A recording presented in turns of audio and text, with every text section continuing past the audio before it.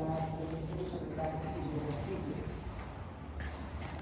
que necesariamente esa célula termina en.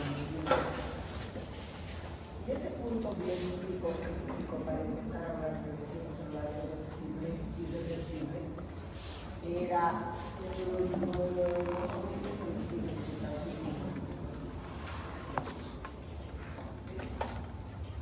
entonces, estos niveles de calcio intracitoplasmático que se va produciendo por la célula, ¿por qué es importante?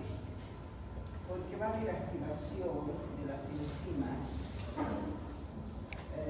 lisosomales, pero además empiezan a acumularse las especies reactivas de oxígeno del aire. Las mitocondrias que están empezando a funcionar mal. Entonces se acumulan las especies reactivas de oxígeno y se liberan, se estimulan las enzimas que van a ir a degradar los componentes celulares. Pero lo más importante de esto es que para empezar a hablar de lesión celular irreversible es cuando hay un ataque estructural de las membranas celulares. ¿Sí? Hay dos tipos de. Estamos hablando de lesión celular irreversible. Una célula que todavía está funcionando, que ya ha acumulado las especies reactivas de oxígeno, se están acumulando, el calcio se ha acumulado, nos ha llevado a un edema extremo de todos los componentes celulares y ahora tenemos un ataque de las estructuras de las membranas y eso significa que esta célula que entra en lesión celular irreversible va a terminar muriendo por necrosis. ¿Sí? Esa es la transición muy pequeña, la transición de lesión celular reversible a lesión celular irreversible que termina muriendo en necrosis y en apoptosis. ¿Sí? Entonces, en este tipo de lesión celular irreversible hay más alteraciones estructurales que funcionales.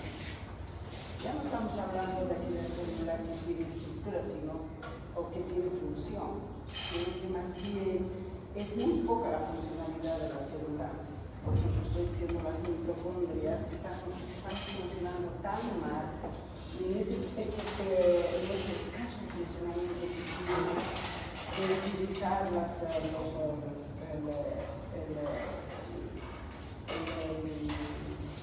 el ATP va a empezar a producir radicales libres de oxígeno, los famosos EOS. Pero además el edema que había llevado la lesión celular reversible a la célula, por la falla de la alimentación. Entonces, ese edema sigue en la lesión celular irreversible. Y este edema va a afectar a todos los componentes estructurales de la célula, a las mitocondrias, al retículo endoplásmico rugoso, todo eso, ¿no es cierto? Entonces, profundiza más la poca función de la mitocondria con esta producción de especies reactivas de oxígeno y todos los elementos van a empezar a funcionar poco a poco y más van a empezar a aparecer alteraciones estructurales como lo que estoy diciendo, el ataque de las estructuras de las membranas, ya sea por las enzimas de los lisosomas, que en este caso como el lisosoma se ha enzimatizado, entonces está habiendo fuga de estas enzimas lisosomales y proteasas, lipasas, acreasas, todo eso, y va a ir degradando todo lo que encuentra en su paso. Entonces es una degradación enzimática de la célula. Y las especies reactivos de oxígeno dan peroxidación lipídica, donde tenemos lípidos en las membranas. Da oxidación de proteínas, donde tenemos proteínas en las membranas y en el citoplasma celular, las proteínas funcionales. Y luego también da lesión del ADN, pues, entre todos, ahí se está lesionando todo eso. Bien, son más alteraciones estructurales en la lesión celular irreversible. que necesariamente, aunque demos más, aunque esta célula pongamos a un nivel de oxígeno, no va a solucionar el problema, va a ser peor, porque va a utilizar mal esos oxígeno y en vez de utilizarlo para sobrevivir, va a empezar a formar radicales libres, más radicales libres. Y los radicales libres no se andan con mediecitas, van directamente a destruir los componentes estructurales de las membranas. Y el ataque estructural de las membranas es para que empecemos a hablar de muerte celular por necrosis. Escuchen bien, el ataque estructural de las membrana celular, membrana de los organitos intracitoplasmáticos, membranas del núcleo, todo eso, es una característica importante para empezar a hablar de muerte celular por necrosis. Por eso es que les he traído a colación, lo que vamos a hacer ahora son formas de muerte celular por necrosis. Ya les he dicho cómo se desencadena la lesión celular reversible a irreversible. Y ahora estamos pasando ya a muerte celular, porque las células lesionadas irreversiblemente, cuando quitemos la causa, para continuar, ¿cierto? Y continuar con lo que es necrosis. Es un tipo de muerte celular. Ahí está. Formas de muerte celular, necrosis. ¿Qué es la necrosis? Es una forma de muerte celular que se caracteriza porque las células mueren en grupos. Mueren en grupos estas células. No es como la apoptosis, que es una muerte celular de una sola o de escasas células. Estas son en grupos. Y siempre va acompañada de una reacción inflamatoria. ¿Por qué? Porque la reacción inflamatoria se presenta como hay ataque estructural de la membrana celular y hay degradación enzimática de todos los componentes celulares. Entonces, estos fragmentos degradados de los componentes intracelulares pueden salir hacia el espacio extracelular del tejido conjuntival y eso se convierte en moléculas, en señales de peligro. Se llaman señales de peligro. Son cosas que no son normales para los macrófagos tisulares que están siempre en los tejidos como soldados que están vigilando que no pase nada. Entonces, hay esta fuga de estos fragmentos del citoplasma a través de las membranas discontinuas hacia el tejido conjuntival. Y esos fragmentitos se convierten en señales de peligro que son reconocidos por los macrófagos tisulares. Y ahí empieza la reacción inflamatoria. Por eso es que la necrosis siempre va acompañada de reacción inflamatoria. ¿Sí? Pero además hay que decir, como hemos dicho, que en lesión celular reversible, el edema celular, y ahora estamos pasando a lesión celular irreversible y luego a necrosis edema. Entonces, la necrosis se caracteriza porque estas células que han sido degradadas enzimáticamente y que están siendo están provocando una reacción inflamatoria, estas células están edematizadas. Las células necróticas están edematizadas. ¿Sí? Y hay la pérdida de la integridad de las membranas celulares por digestión enzimática de las enzimas lisosómicas o por los EROs, que son los que se están acumulando por la mala fosforilación oxidativa, ¿cierto? Entonces, esta es la definición y las características de la necrosis, que es una forma de muerte celular. Ahora, mecanismos bioquímico-moleculares. ¿Cómo son eso? Todo lo que pasa dentro de la célula. Hay un daño mitocondrial, ¿no es cierto? Empieza a funcionar más la mitocondria. Entonces, por depresión de ATP y la bomba de sodio, potasio, calcio falla, entonces eso permite de que acúmulo de calcio citoplasmático en la célula, que es el punto crítico de no retorno a lesión celular, a célula Es el punto bioquímico crítico para empezar a hablar de lesión celular irreversible que va a terminar en necrosis, cuando el calcio citosólico está aumentado. Entonces, ese es el mecanismo bioquímico molecular para entender sobre la necrosis. La morfología, ¿cómo nosotros vamos a ver a estas células necróticas?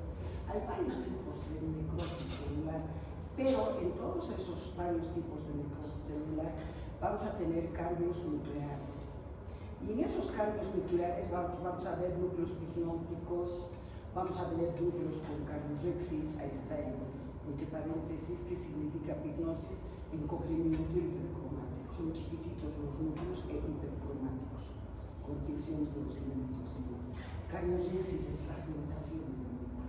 Y la cariólisis, disolución o el aspecto marchitado, desteñido, y es una disolución del ADN nuclear por las adenosínas, ¿sí?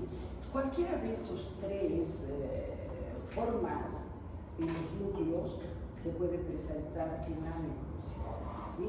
Puede haber pignosis, puede haber cariorexis, puede haber cariólisis. Eso con relación al núcleo. ¿Cómo vamos a ver al citoplasma? De entrada es una célula enigmatizada, ¿no es cierto?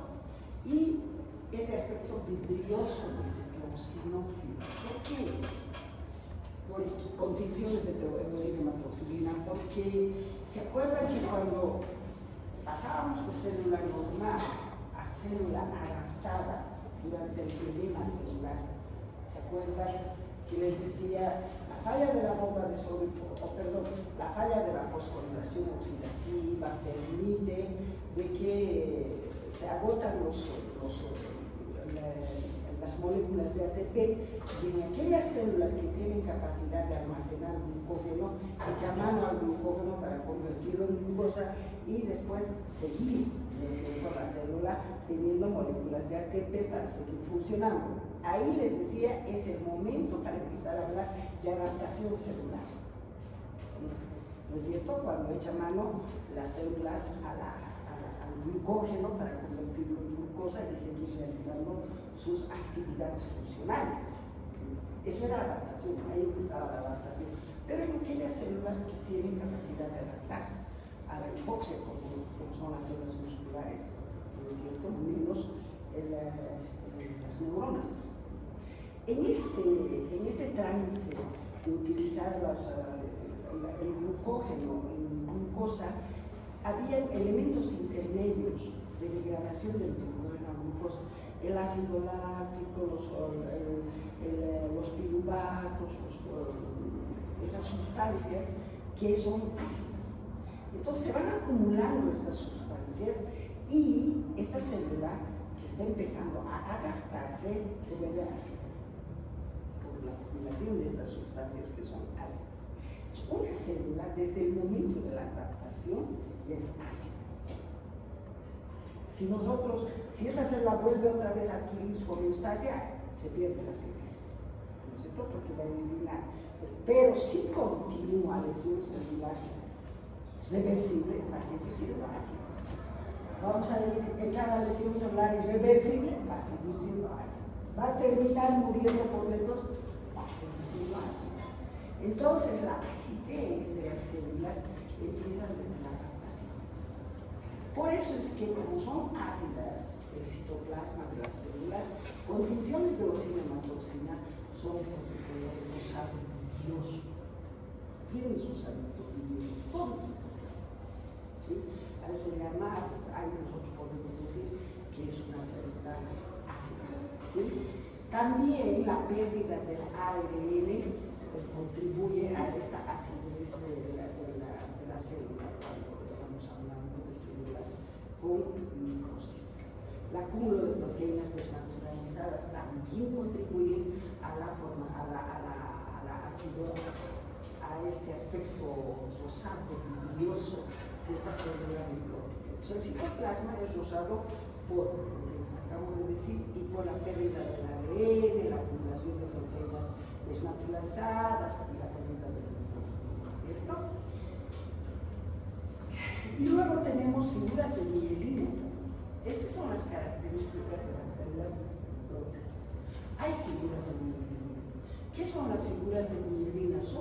precipitaciones de fosfolípidos desintegrados y de aspecto azul. Son unas formaciones rosaditas arremolinadas que se encuentran cerca de la membrana nuclear.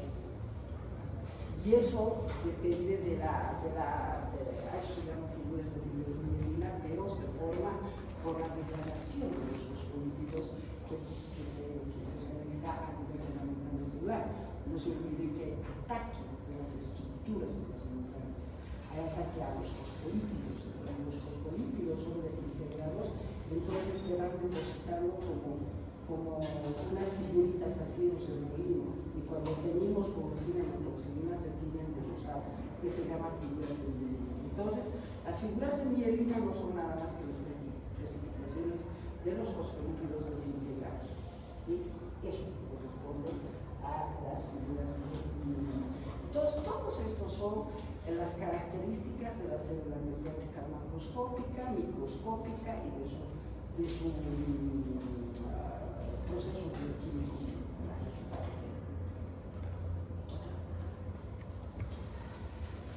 Siempre le acompaña una reacción inflamatoria a las células necróticas, por lo que les he dicho. Como son células que tienen las membranas interrumpidas, ¿no es cierto? Entonces salen fragmentos de la desintegración del citoplasma, del núcleo de las células, y se convierte en lo que nosotros llamamos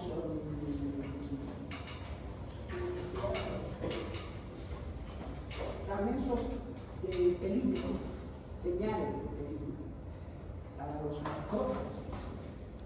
Entonces los macrófagos tisulares reconocen estas señales de peligro, que son esos fragmentos que han salido de la célula desintegrada, y inmediatamente estos macrófagos tisulares se estimulan y van a ir a secretar ciertas citocinas que inician la reacción inflamatoria, el factor de necrosis tumoral y la interleucina 1. Esos son las citocinas que inician la reacción inflamatoria, porque van a ir a estimular a todos los componentes de la pared de los vasos sanguíneos y de los leucocitos.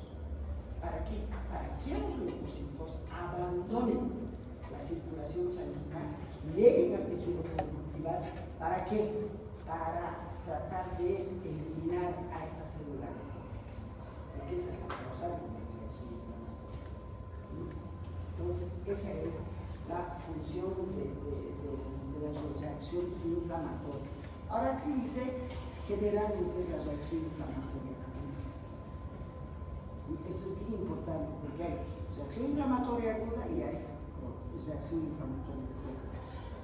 Pero una vez de que se ha eliminado, suponiendo que hemos dicho que la necrosis es una muerte celular en grupos celulares, entonces se termina de eliminar a estas células necróticas. En este foco donde han muerto estas células, no se podrían quedar así vacíos, agujeros. Se tiene que rellenar con algo, y eso se llama la formación de las cicatrices necróticas. Entonces, esos tejidos dañados, necróticos, que han sido eliminados por la reacción inflamatoria, tienen que ser reparados. Por eso vienen los procesos reparativos. En esos procesos reparativos, en tejidos que tienen capacidad de dividirse, todo eso, van a poder sustituir células lesionadas por otras células nuevas, las células epiteliales. Pero en aquellos tejidos que no tienen capacidad de dividirse sus células, esas células mueren, como en el corazón.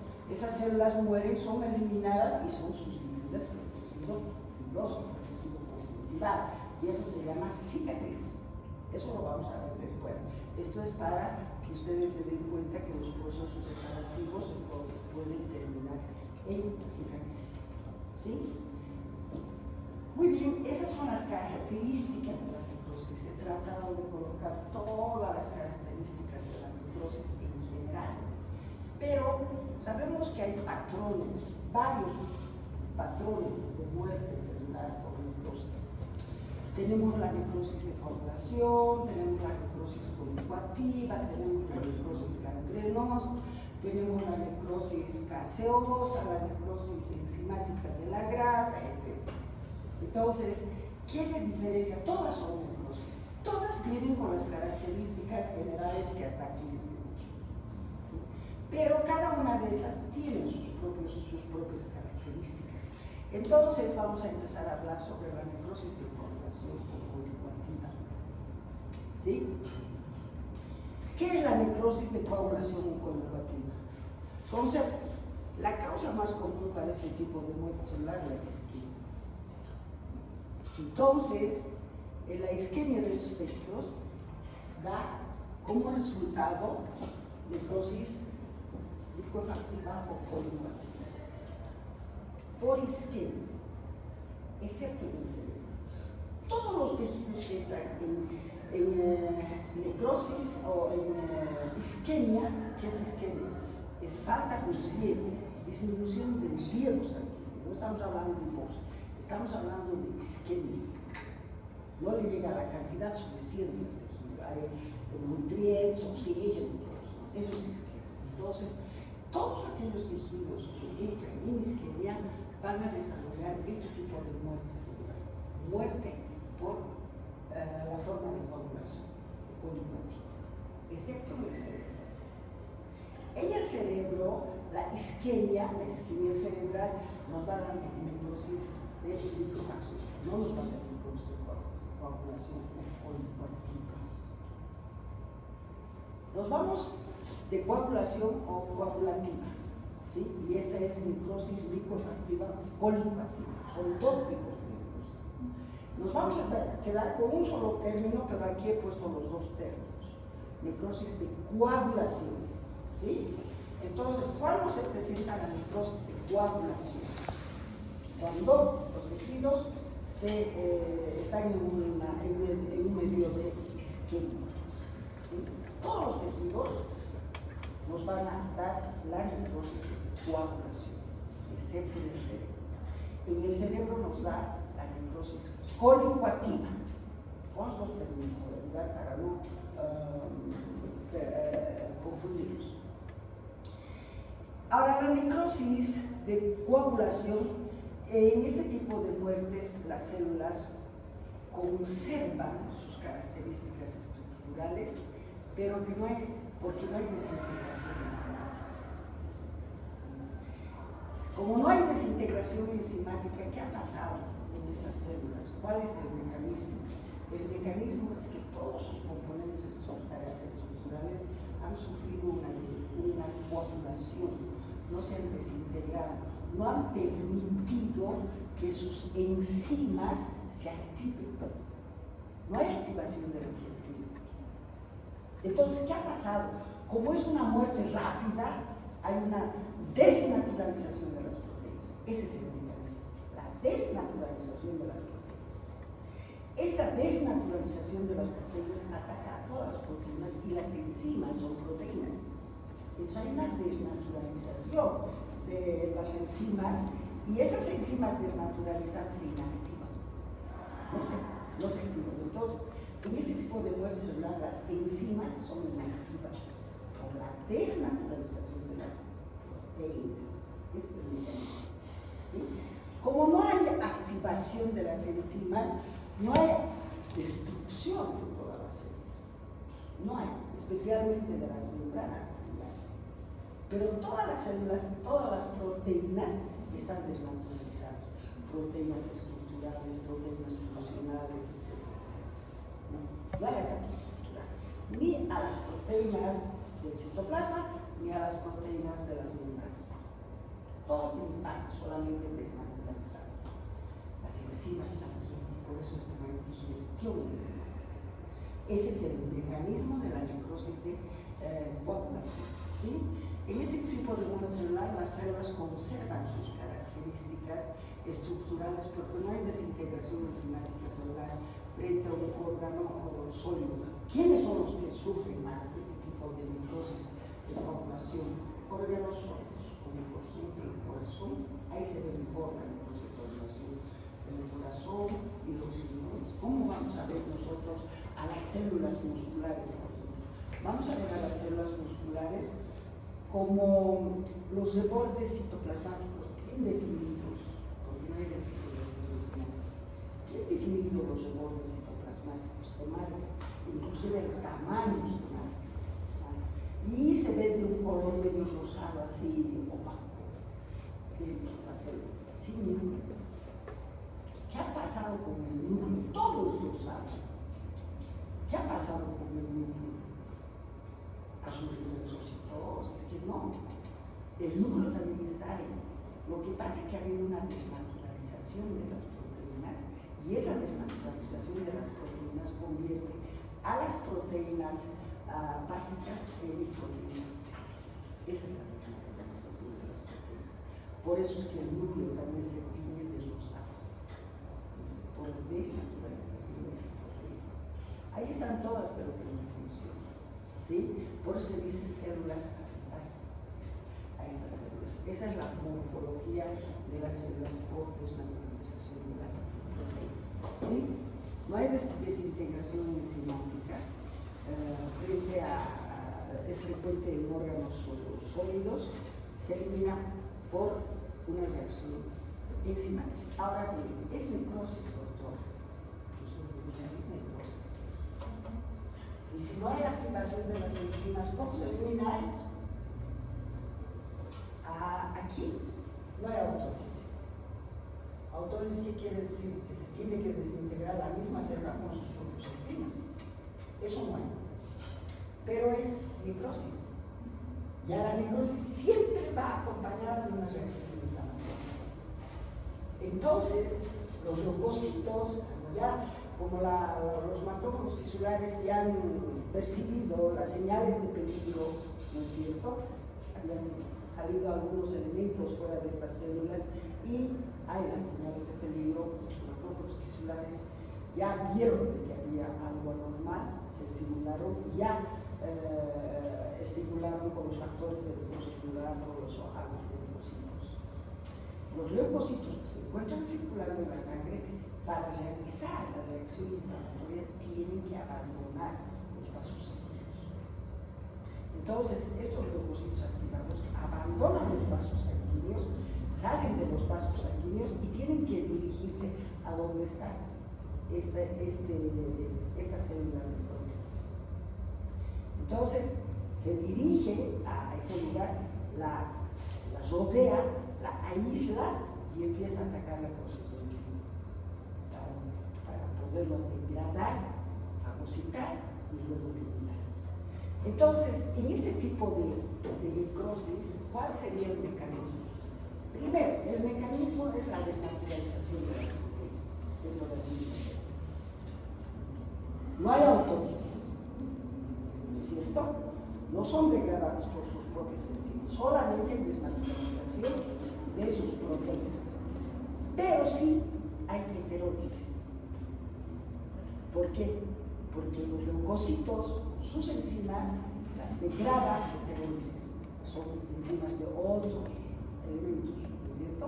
Eso es la heterólisis. Entonces, gracias a la heterólisis, la fagocitosis, se elimina esas células necróticas. Ese es el mecanismo de la necrosis de coagulación. ¿Sí? Ahí está.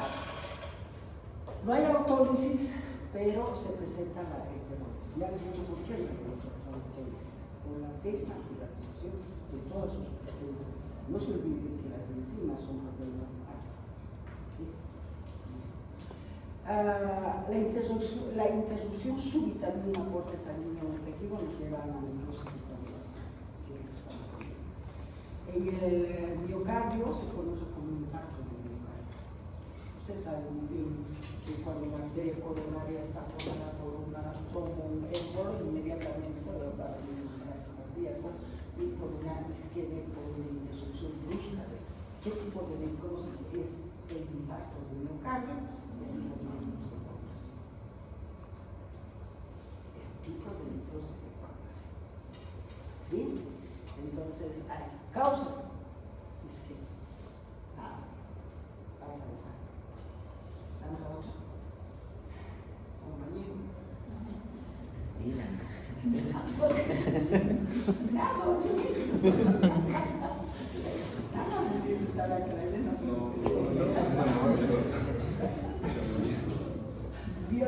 Ahí están mecanismos bioquímicos moleculares, lo que les he explicado. Se presenta la desnaturalización de las proteínas. Las proteínas se hacen ácidas y sin función a las enzimas que están en las proteínas, ¿sí? Por lo tanto, las enzimas también se desnaturalizan y se inactivan. Se bloquea la proteólisis enzimática de las células muertas por sus propias enzimas, o sea, se bloquea la autólisis y posteriormente las enzimas de los leucocitos terminan desintegrando a las células muertas, que es heterólisis, para luego ser eliminadas las células muertas por la acción inflamatoria que acompaña a la necrosis. Creo que está bien clarito aquí. Yo ya no debería venir aquí, tendría que pasar las diapositivas, ¿no? Porque está bien explicado. Morfología macroscópicamente, el tejido ha sufrido necrosis de coagulación y tiene el aspecto de coágulo sanguíneo. Macroscópicamente, la necrosis de coagulación tiene el aspecto de coágulo sanguíneo, ¿sí?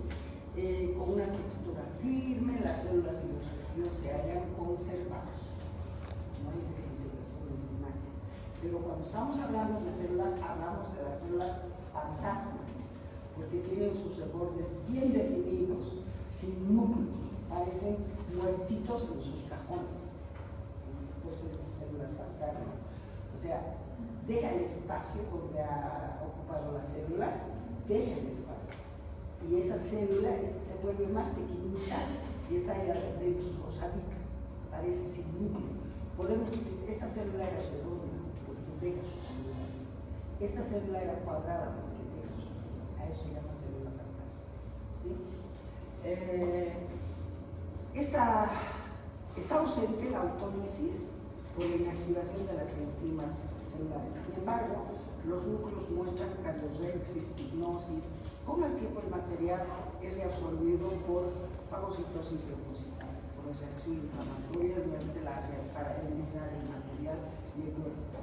Está presente la heterólisis, luego se instalan los procesos reparativos del tejido. Que dice, forma celular, células muy eosinófilas. ¿Cómo son las células? Son eosinófilas, sin núcleos firmes, momificadas, fantasmas celulares, con siluetas y contornos celulares preservados durante días seguidos, porque después tiene que ser eliminada esto por la reacción. No te duermas. Eso es todo lo de los. Conclusión, mecanismo en la necrosis de coagulación, desnaturalización de las proteínas.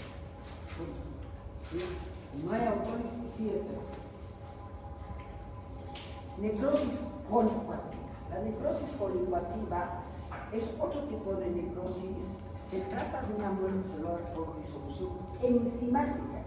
Aquí todas las enzimas se activan, todas las enzimas de la misma célula y por supuesto las enzimas de los leucocitos que van a hacer la reacción. Hay autólisis y hay heterólisis. Ese es el mecanismo para explicar la necrosis colicoactiva. Es la degradación de toda la enzima por sus propias enzimas, autólisis, y por las enzimas de los leucocitos heterólisis, ¿sí? Ahí está el concepto. Se trata de una muerte celular por disolución enzimática de todos los componentes celulares, por autólisis o heterólisis, por la liberación y activación de las enzimas lisosomales. Los eros también participan aquí de la célula, ¿sí? Y luego tenemos los macrófagos y los leucocitos polimorfonucleares que han sido atraídos al ciclo de la necrosis y participan en la reacción inflamatoria para eliminar los tejidos necróticos. Entonces, siempre todos los tejidos necróticos tienen que ser eliminados por reacción inflamatoria, inclusive la necrosis coagulativa. Y esta necrosis coagulativa con mayor razón. ¿Cuál es el mecanismo de la necrosis coagulación? Autólisis y heterólisis. Punto. Autólisis, degradación por sus propias enzimas y los especies reactivas de oxígeno, los famosos eros, y siempre va acompañada de reacción inflamatoria, entonces hay heterólisis ¿sí? Un ejemplo de necrosis colicoactiva se observa en algunas respuestas inflamatorias a las infecciones bacterianas que dan lugar a la formación de un absceso.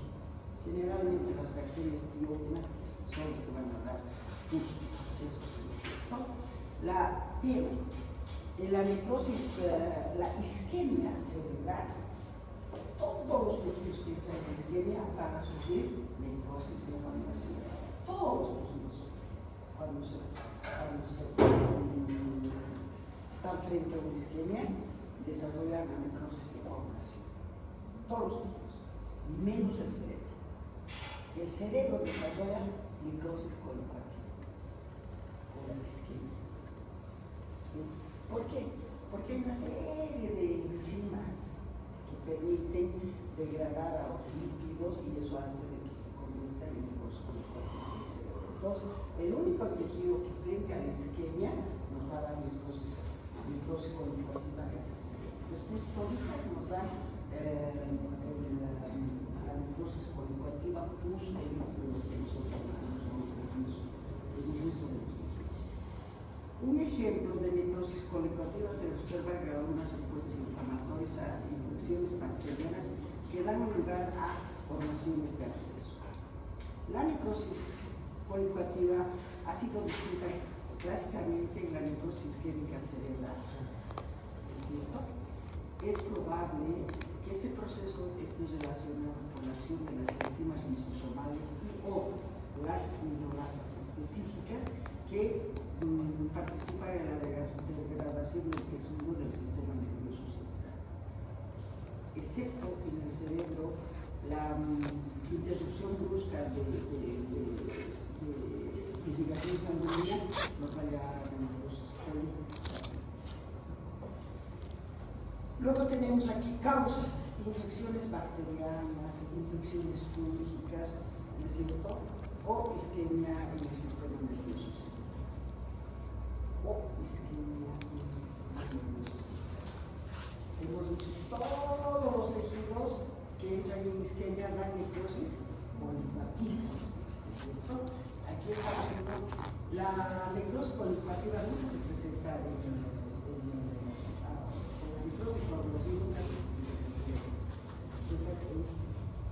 la necrosis de coagulación nunca se presenta en extremo, la necrosis colicoactiva se presenta en extremo. Mecanismos bioquímico-moleculares. ¿Por qué se presenta esa necrosis colicoactiva? Por autólisis y por heterólisis. Se activan las enzimas de la misma célula, degradan sus propios componentes, pero como son reconocidas como algo anormales por los macrófagos tisulares, entonces dice, a ver, vengan soldados a ayudar, hay que eliminar a estas células que están muertas. Entonces salen los leucocitos y ahí va a haber una batalla campal de leucocitos atacando con sus enzimas y sus esteroides. Entonces, para hablar de necrosis colicoactiva, hay que decir cuál es el mecanismo: autólisis y heterólisis. Autólisis, degradación de por sus propias enzimas, y heterólisis por la participación de la reacción inflamatoria que son los macrófagos tisulares. ¿Sí? Mecanismos bioquímico-moleculares. Resulta por la acción potente de las enzimas hidrolíticas y de los GEOs, ¿no? Autólisis por sus propias enzimas hidrolíticas y heterólisis por las enzimas de los leucocitos que participan en la reacción inflamatoria para eliminar las células muertas que disuelven el tejido comprometido. Pero, como es una reacción inflamatoria, esto también para explicar autólisis y la heterólisis durante la reacción inflamatoria, ¿no es cierto? Entonces aquí, en las características bioquímico-molecular, como ustedes digan, autólisis y heterólisis, todos los formas celulares. Como ha sido desintegrado completamente la célula por sus propias enzimas y por las enzimas de los leucocitos, entonces hay una completa disolución enzimática de la arquitectura celular. Así se ven las células, completamente disueltas. ¿Sí? Y tenemos la estructura tisular macroscópica. La estructura tisular macroscópica, el tejido se transforma en una masa líquida viscosa que llamamos. El ejemplo más típico de la necrosis colicoactiva macroscópica es la cuando ustedes vean la PUC, dice, este es destrucción enzimática, claro, con las enzimas de la célula, como entonces de los leucocitos. ¿Sí? En el cerebro, la interrupción brusca de la irrigación sanguínea se manifiesta como una necrosis. Eso es la necrosis. Hemos hecho necrosis de coagulación, hemos hecho necrosis cólica. Entramos a la necrosis gangrenosa. La necrosis gangrenosa es una combinación de la necrosis de coagulación y la necrosis colicuativa. Esa es la combinación. Primero se presenta la necrosis colicuativa, la necrosis de coagulación, porque es por una isquemia, por una interrupción brusca de la irrigación sanguínea en el miembro. Pues tiene que haber una isquemia, y cuando se presenta la isquemia, lo primero que se presenta la forma de muerte celular de necrosis de coagulación. No le da el tiempo a las células para activar sus enzimas y va a desnaturalizar todas sus proteínas y no hay actividad enzimática y las células se vuelven fantasmas.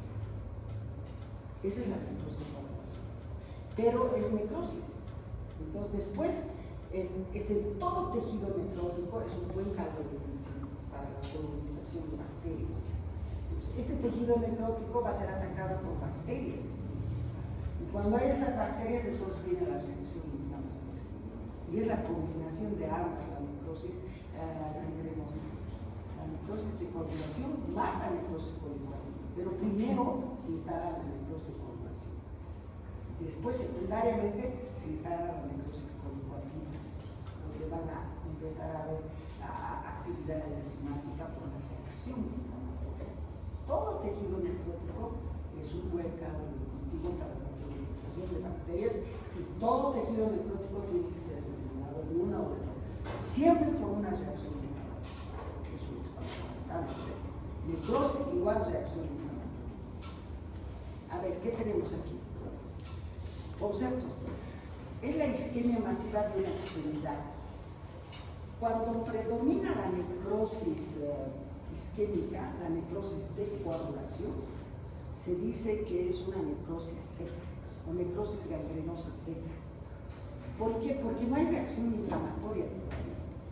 Y macroscópicamente el pie se ve adelgazado, acartonado, duro como cartón, y cianótico, como isquemia. Esa es la necrosis de coagulación. Como es necrosis, entonces es un buen caldo de cultivo para colonización de bacterias. Se infecta con las bacterias y viene se sobreañade la reacción inflamatoria. Estamos observando la necrosis colicuativa, donde van a tener actividad enzimática. Ahí ya el miembro afectado ya no va a ser acartonado, reemplazado, sino va a ser edematizado, rubiculo, con todos los signos y síntomas de la reacción inflamatoria. ¿No es cierto? Entonces, esas dos combinaciones son la necrosis gangrenosa. Ahí está, es un tipo de necrosis que resulta de la combinación de la necrosis de coagulación y la necrosis colicuativa. Causa es la interrupción brusca de la irrigación sanguínea. Mecanismos bioquímico-moleculares. Los tejidos sufren necrosis de coagulación. ¿Qué es la necrosis de coagulación? Cuando se presenta la desnaturalización de las proteínas y no hay digestión enzimática de esas células. Esas células se mantienen con sus estructuras bien definidas como células fantasmas. Son células que tienen sus rebordes sin núcleo. Por eso es células. ¿Sí? Entonces, a eso estamos viendo. En todos los planos se presenta esta necrosis de coagulación. Las células mantienen sus rebordes bien definidos. Ahí están las células fantasmas por la desnaturalización de las enzimas lisosomales. Posteriormente, los tejidos necróticos son colonizados por bacterias y se instalan a necrosis necrótica. Como hay bacterias ya, entonces aparecen los leucocitos y ahí va a haber actividad enzimática y eso se convierte en necrosis colicuativa. Donde predomina la heterólisis por la acción enzimática de las bacterias y las enzimas de los leucocitos que participan en la reacción inflamatoria para fagocitar y eliminar a los tejidos necróticos y a las bacterias. El tejido necrótico es un buen caldo de cultivo para la colonización de las bacterias. Entonces, formas celulares. Hay células fantasmas y focos de células degradadas por acción enzimática. Como son las dos coordinadas, entonces vamos a ver en un foco unas células fantasmas y en otro foco vamos a ver degradación enzimática, como si fuera una necrosis coagulativa, como si fuera un absceso. ¿Sí? Esa es la combinación de las dos necrosis en la necrosis gangliosa. Estructura tisular. El tejido afectado es de aspecto acartonado cuando es seco y cianótico por la isquemia. Es porque predomina la necrosis de coagulación, igual gangrena seca. Pero cuando la necrosis licuefactiva es mayor, pues cuando ya hay ataque enzimático, esa es la necrosis colicoactiva, entonces la necrosis de coagulación presenta intenso edema con signos de inflamación. Los dos están analizados. ¿Sí? Bien. La necrosis gaseosa, tercero. ¿Quién no? No voy a decir quién no conoce la necrosis gaseosa. Ustedes son de otra generación, yo creo que ya no conocen la necrosis gaseosa. Tenemos tuberculosis. La tuberculosis es típico de la necrosis gaseosa. Son 9 enfermedades que presentan necrosis gaseosa, pero en nuestro medio la más común es la tuberculosis. ¿Sí? ¿Qué es la necrosis gaseosa? Observen, es un tipo muy peculiar de necrosis colicoactiva y de coagulación. Combinación de los dos, colicoactiva y de coagulación.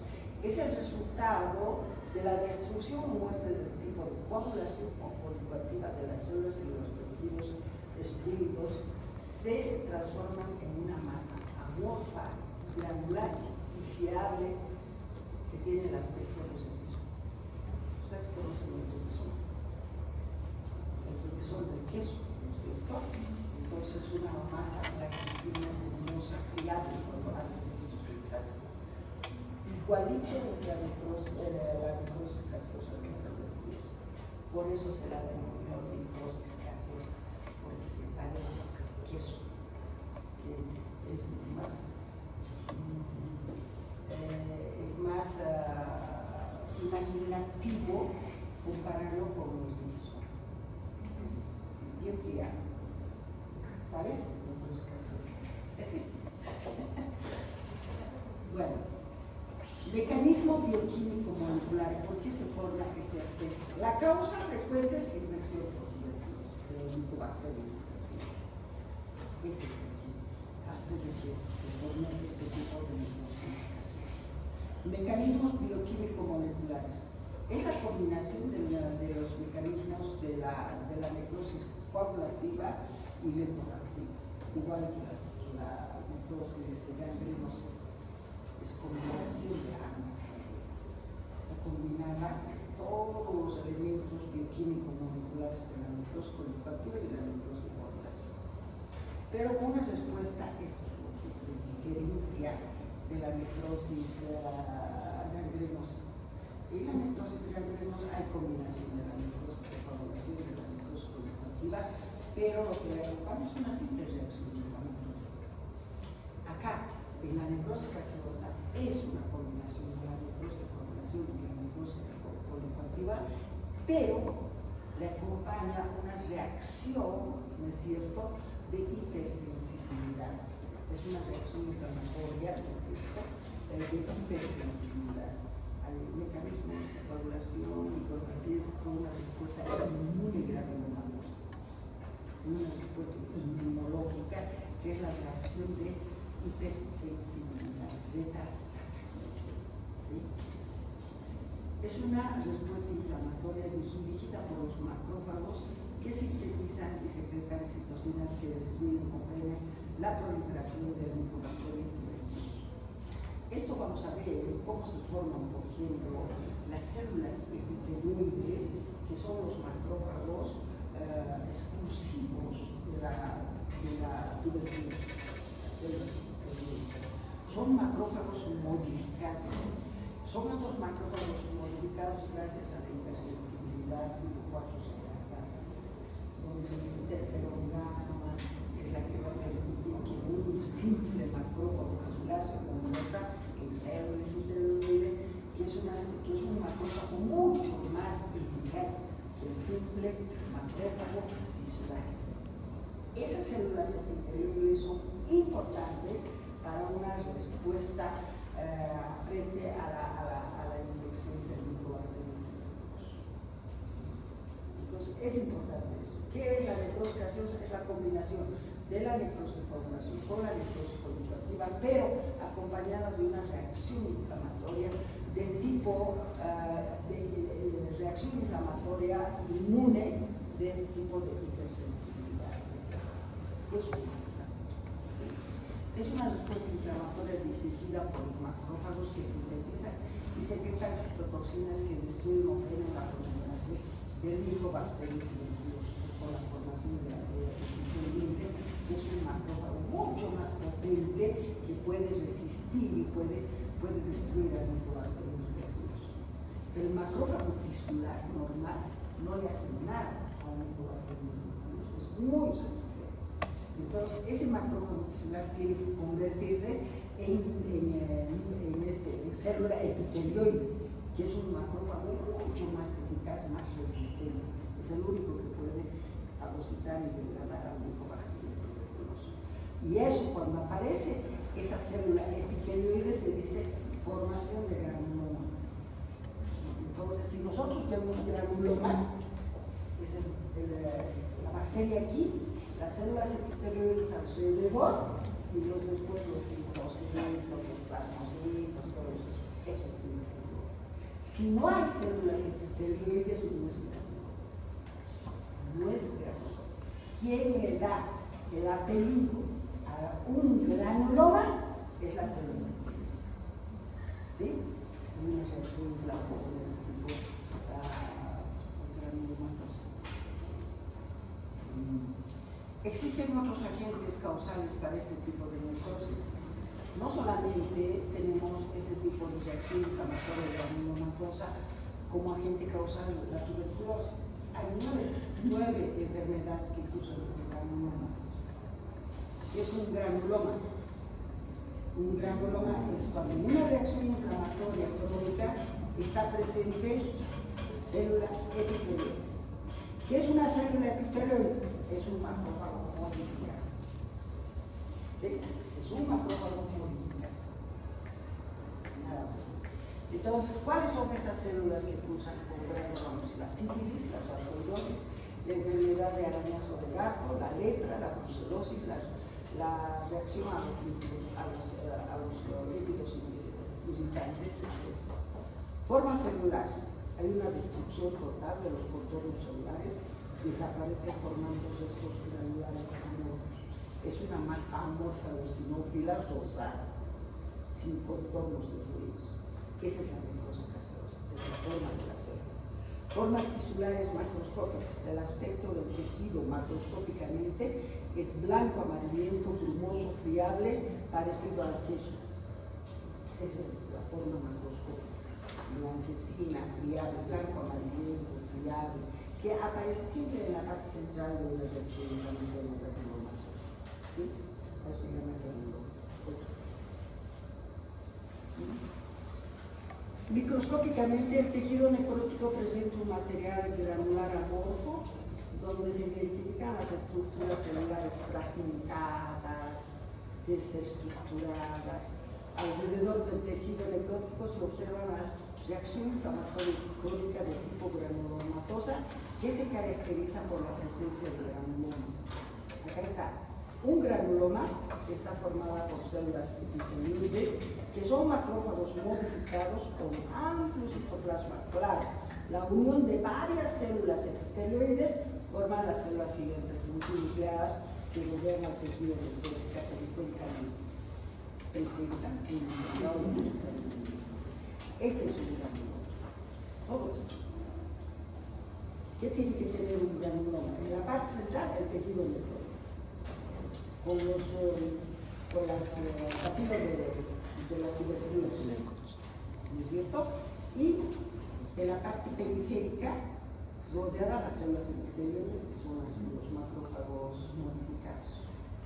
Y mucho más periféricamente, un infiltrado leucocitario mononuclear, linfocitos, plasmocitos y fibrosis. Todo eso es un granuloma. Todo puede faltar el tejido necrótico, puede faltar los linfocitos, todo puede faltar, menos la célula epitelial. Si hay todos esos elementos y no hay la célula epitelial, no es granuloma. En cambio, si faltan todos esos elementos y solo ves la célula epitelial, es un granuloma.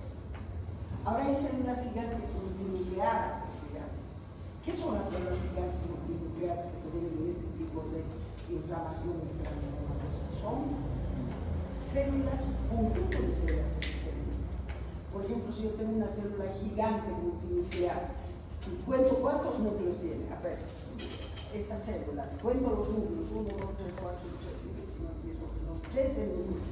Quiere decir que son 13 células epiteliales que se han juntado. Hay hasta 300 células epiteliales que se juntan para formar una célula gigante multinuclear. Si no encontramos nosotros células epiteliales dispersas, que son como los palitos, las células epiteliales se los identifiquen en el microscopio porque son como unos palitos con cabecitas, parecen palitos de fósforo, o parecen gomitas. Y se disponen así, como soldados empanizados.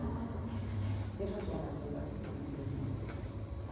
Y esas células son las que le dan al granuloma. Estos muchachos me falta son 3 formas más de necrosis, el más bien terminamos con necrosis. Hay otras formas de muerte celular, la tuberculosis, todo eso vamos a hacer. El día miércoles terminamos hay 2 formas de necrosis más, piroptosis, necroptosis, todo eso lo hacemos.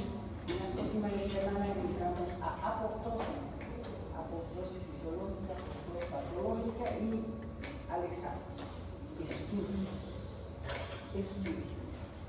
Porque el examen estoy haciendo con puras historias clínicas. Ya está. Estudio. Ya, doctora, gracias.